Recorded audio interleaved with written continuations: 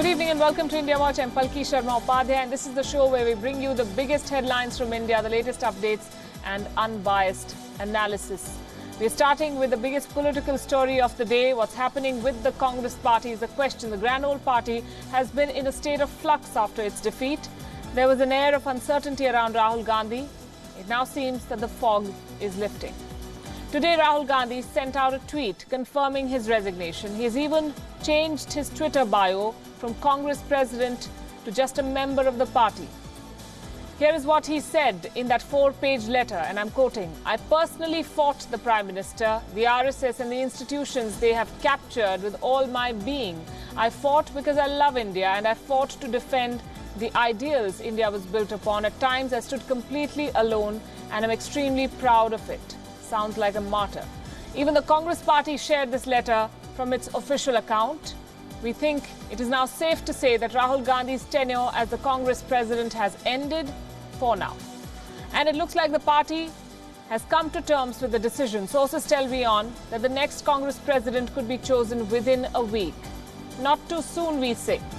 After all the drama and the back and forth that we've seen over Rahul Gandhi's resignation just this week, an indefinite sit-in turned into a flop show. Let's bring you some pictures which tell the full story. This indefinite sit-in was meant to create pressure on Rahul Gandhi. Not more than 300 people turned up.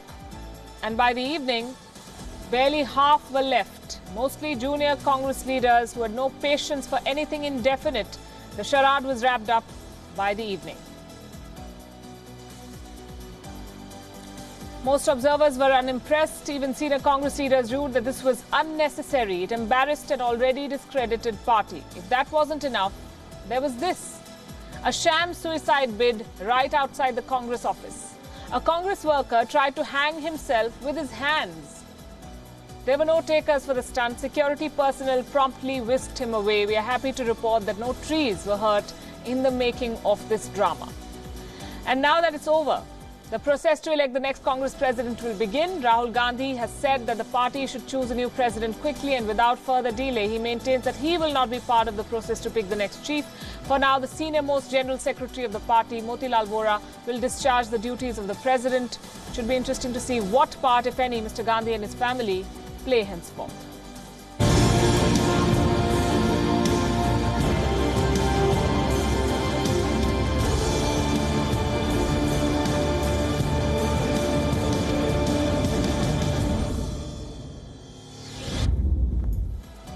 Meanwhile, the budget date is nigh. The new Modi government will present its first budget this Friday. Apart from the regular fare, we expect some push for new ideas. One focus area will be startups. What is their wish list from the government? India has a booming startup culture. Official data says that there are more than 19,000 startups in this country. They need a budget boost. The Modi government has taken some steps to ease the pain of the startup sector. They've been given tax breaks. Self-compliance has been introduced with certain labor and environmental laws. Startups are even allowed to wind up operations within 90 days of applying for insolvency. But the startup sector wants more. We spoke to Aditya Ghosh, the CEO of OYO in South Asia. Indian startups are now going beyond its boundaries after establishing themselves here. So if there are policies that can encourage that growth, and find a way to encourage those who are ahead of the pack, I think that will be very, very important. Also, some unique things for the startup business is that we are a very people-oriented business. Talent is always in great demand, and not just this, that the Indian startups are looking for Indian talent, but many multinational companies, global companies, who are looking for talent. So how do we retain them? So on a very specific ask, I think if there could be tax breaks given to employee stock options, for instance, for employees, that would make retention of high value, high potential, and high performing employees much more attractive and easier. The biggest pain point for startups is access to capital. Many have called for an exemption of the angel tax. This is basically tax on the funding that startups receive from investors. Some others have called for a reduction of corporate tax. At the moment, corporates are taxed at 30%. The demand is to bring it down to 25% or less. We asked Aditya Ghosh about what kind of changes he expects from the government. Obviously it's got much easier to do business in India than it was in the past. And that is probably a journey. Now, if you ask me individually, as selfishly, I will say I wish it was even easier. And I think that is also the objective of the government. So I'm not saying something that is at cross purposes with what the government's stated policy is. But more specifically, for instance, Mr. Arun Jaitley, the former finance minister, recently has floated an idea of merging the two GST slabs of 12% and 18%. I think that would be a very encouraging move if it came down to the lower slab of 12%, because many of the states are already in the positive, and that would make it a much more friendly tax regime, indirect tax regime for businesses to work in. And more than startup companies like us or large businesses like us, it will positively impact a lot of small and medium industries as well. The budget is also an opportunity for the government to push bold new ideas, and two of them stand out at the moment. The first is that of smart cities. It is one of the pet projects of the Prime Minister. Since its launch, more than 5,000 projects in 100 cities were identified. In the interim budget, the Modi government had enhanced allocation for smart cities by 7%. The total allocation stood at 6,600 crore rupees.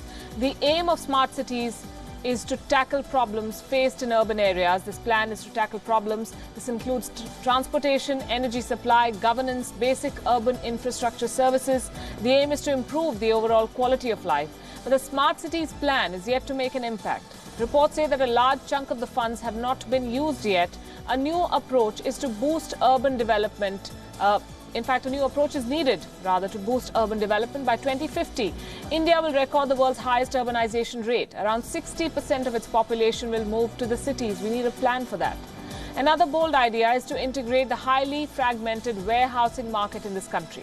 Reports say the government could announce a new scheme in this budget. The new scheme could be aimed at the broad integration of India's warehousing capacities. At the moment, around 90% of the warehousing space is controlled by the unorganized players. The government could follow a template from Maharashtra, where the state government introduced a scheme to identify warehouses spread across various government departments and institutions, and then all these warehouses were taken over and are now managed by one nodal agency. A day before the budget, India's chief economic advisor Krishnamurthy Subramanian will table the economic survey. And that will happen tomorrow. This is a yearly report. What is an economic survey? It's nothing but a document which reviews the developments in the economy over the last 12 months. The economic survey is a crucial document. It gives a report card on the development programs announced by the government over the previous year. It will also highlight the policy initiatives and give a short to mid-term outlook for the country's economy. Put simply, the economic survey will give you a sense of the economy's performance. The importance of this document has increased significantly over the last few years under the watch of former Chief Economic Advisor Arvind Subramanian. The document became voluminous. It contained many statistical reports and, more importantly, was accessible. This team conducted online courses on the document. Many universities then included the survey in their syllabus. So what can we expect from this year's survey? This time too, it will be a 2-volume document. The first volume will be idea-centric and forward-looking. The second is expected to reflect on the state of the economy. Agriculture and the stress in the rural sector are likely to be covered in detail. The document may also expound on the stress in the shadow banking sector.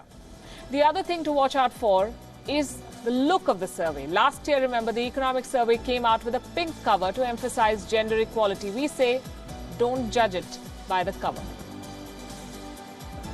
Our next story is about a major attempt to revamp India's bureaucracy. The central government has decided to appoint 40 private sector specialists.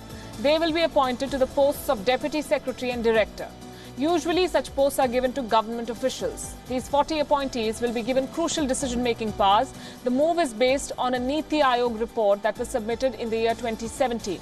It had recommended lateral entry of fresh talent in the middle and senior level management in the government. This is an ambitious attempt. The idea is to bring in domain expertise at key positions in the government.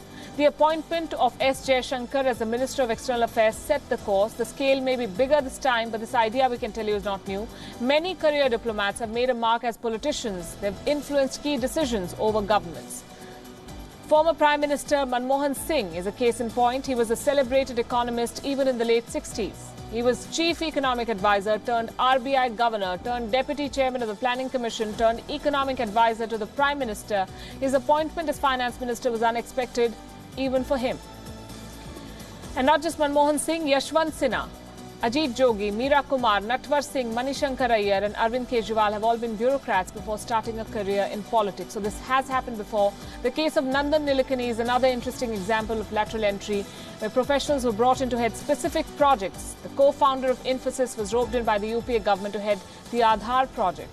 It is often said that lateral entrants are not welcomed by career bureaucrats, and that's understandable. But the government is bullish on this idea. Not only is it willing to bring in talent from the private sector, it wants to empower these people and give them all that they need to do their jobs. And this is just in line with what the Prime Minister is trying to do. He has the unenviable task of helping an economy achieve higher growth. He is dealing with an aspirational population. He needs to bring in reforms. The list goes on. Amidst all this, he also needs to ensure that the party and his ministers are on the same page. He chose a BJP Parliamentary Party meeting to send his message. Here's a quick look at what the Prime Minister said during that meeting. First things first, arrogance and misbehavior, he said, will not be tolerated. The message comes days after a BJP leader, Akash Vijayvargiya, assaulted a government official in broad daylight in Indore. The PM said that such behavior hurts the party's image. It will be punished. As far as warnings go, this was a stern one. प्रधानमंत्री जी व्यवहार के बारे में, व्यवहार कुशलता के बारे में, पार्टी का छवि खराब ना हो और पार्टी के ऐसा व्यवहार करने वाले, चाहे वो सांसद हो, विधायक हो, जनप्रतिनिधि हो, उसके हमेशा खिलाफ रहते हैं. उसी बात का उन्होंने उच्चारण किया और बहुत मजबूती से कहा है. Akash Vijayvargiya's father, Kailash Vijayvargiya, is a prominent BJP leader. He's the BJP's National General Secretary, but that did not deter the Prime Minister from slamming his son's behavior, and he wasn't the only one pulled up. The Prime Minister also expressed unhappiness over the poor attendance of party MPs in Lok Sabha. During a discussion on the Triple Talaq Bill and one on water scarcity, BJP lawmakers were not present. Many of them were not present in the Lok Sabha. Prime Minister Modi said that they must mend their ways. He said that he was maintaining a report card on the performance of these MPs. This is the motto, it seems, of Modi 2.0, perform or perish. In the past too, Mr. Modi has said that ministries were allotted on the basis of performance. Last month, he asked the ministers to reach office on time to avoid working from home. This is in line with the Prime Minister's push to make his party more professional. And not just the legislators. Mr. Modi has also sent a message to the executive. He met with nearly 160 IAS officers of the 2017 batch yesterday. He urged these young officers to incorporate a new vision and out-of-the-box ideas to solve problems they face. A statement that could have found a place in any best-selling self-help book. The Prime Minister said that if there are 10 ways to solve things, he expects the young officers to find out the 11th way to solve that problem. Increasingly, around the world, heads of state are viewed as CEOs who lead a team. The Prime Minister's message would not be out of place in a boardroom meeting of management professionals either. And that, it seems, is the idea. Now, it's known that the two state-owned telecom companies in India, Bharat Sanchar Nigam Limited, that's BSNL, and the Mahanagar Telecom Nigam Limited, MTNL, are struggling with high debt. Reports indicate that the government is considering a bailout plan worth 74,000 crore rupees. Let me repeat, 74,000 crore rupees to revive these two companies. What do these reports say? The government plans to offer an exit package for thousands of employees with an additional 5% compensation to make the VRS attractive. It also offers to provide for 4G spectrum and capital expenditure. That's what the reports contain. Now, this comes a week after BSNL asked the government to infuse funds immediately. On the 24th of June, BSNL told the government that it is struggling to run its operations and did not even have money to pay salaries to more than 1,75,000 employees. A few months ago, the BSNL's chairman also gave a presentation to Prime Minister Modi on the financial stress that the company faces. BSNL, we can tell you, is the biggest loss-making public sector company in the last fiscal year. The estimated loss was a whopping 13,800 crore rupees. MTNL is the third biggest loss-making PSU with loss of nearly 3,400 crore rupees. These losses are only for the last fiscal year. It's been growing. The overall picture looks much worse. According to a report by the Kotak Institutional Equities, BSNL had accumulated operating losses of more than 90,000 crore rupees as of December 2018. The logical question then is, what will the government's bailout program look like? Here's how the 74,000 crore bailout program is likely to be divided. 20,000 crore rupees for the 4G spectrum, 13,000 crore rupees for the rollout cost, and 40,000 crores for the VRS package and retirement benefits. That's half the money, more than half the money. There is another question to be asked as well. Will the bailout package put BSNL on the path of growth? The question does not have simple answers. One of the main reasons for the BSNL's high losses is the large number of employees that it had. At the time of formation, the government had transferred these employees to BSNL. A bulk of the expense went into paying wages for them. At the end of the financial year 2019, BSNL had 1,63,900 employees. In contrast, private telecoms work with 1/6 of this workforce. And that tells the story of the lack of efficiency in this public sector company. But it won't be an easy route. Telecom sector is in massive debt. Even established players with deep pockets are incurring heavy losses. In November 2018, the Reserve Bank of India reported that the exposure of banks to telecom sector was 90,600 crore rupees. According to estimates, the total debt in this sector is around 7 lakh crores. The ongoing consolidation in the sector, falling tariffs, low profitability and tariff wars after Jio's entry has put the whole sector in trouble. 3 years ago, the Niti Aayog added BSNL to the list of loss-making companies. It even proposed the closure of BSNL. Now, with the sector itself in trouble, the government is mulling a revival package. But it's clear that the rut in this company and the sector will not be solved by simply offering yet another bailout. On that note, it's a wrap on this edition of India Watch. Stay with me on World is One.